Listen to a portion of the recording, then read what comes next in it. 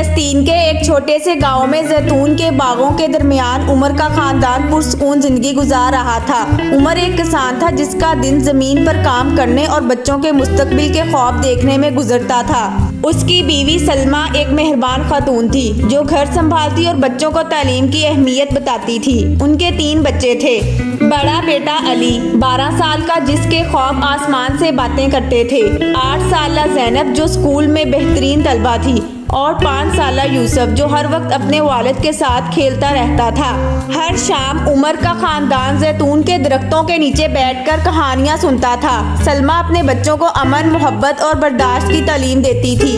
گاؤں کے لوگ ایک دوسرے کے ساتھ خوشحال زندگی گزار رہے تھے۔ بچے کھیتوں میں دوڑتے، بزرگ مسجد میں دعا کرتے اور خواتین گھر کی زینت بڑھاتی تھیں۔ ایک رات گاؤں کے آسمان پر دھماکوں کی گونج سنائی دی۔ عمر نے سب کو جگایا اور بچوں کو سینے سے لگا لیا۔ سلمیٰ کی آنکھوں میں خوف تھا لیکن اس نے خود کو مضبوط رکھنے کی کوشش کی۔ جنگ نے گاؤں کو ہلا کر رکھ دیا، مکان گرنے لگے، کھیتوں میں آگ لگ گئی اور زیتون کے درخت جو ان کی زندگی کی علامت تھے راکھ بن گئے۔ عمر کے خاندان کو اپنا گاؤں چھوڑنا پڑا۔ وہ صرف چند ضروری سامان لے کر دوسرے علاقے کی طرف نکلے لیکن راستہ خطرناک تھا۔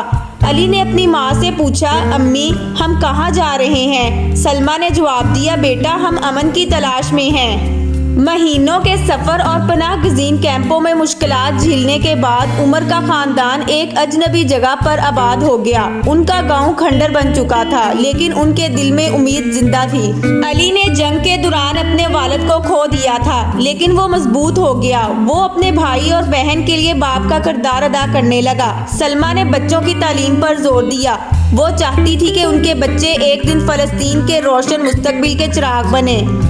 زینب نے اسکول جانا شروع کر دیا اور اپنے گاؤں کی کہانیاں لکھنے لگی۔ یوسف جو اب بڑا ہو رہا تھا اپنے والد کی طرح زیتون کے درختوں کے خواب دیکھتا تھا۔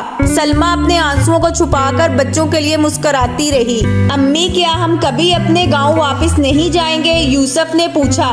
سلمیٰ نے اسے گلے لگاتے ہوئے کہا، بیٹا ہماری زمین ہمارے دل میں ہے، ہم واپس ضرور جائیں گے کیونکہ امید کبھی ختم نہیں ہوتی۔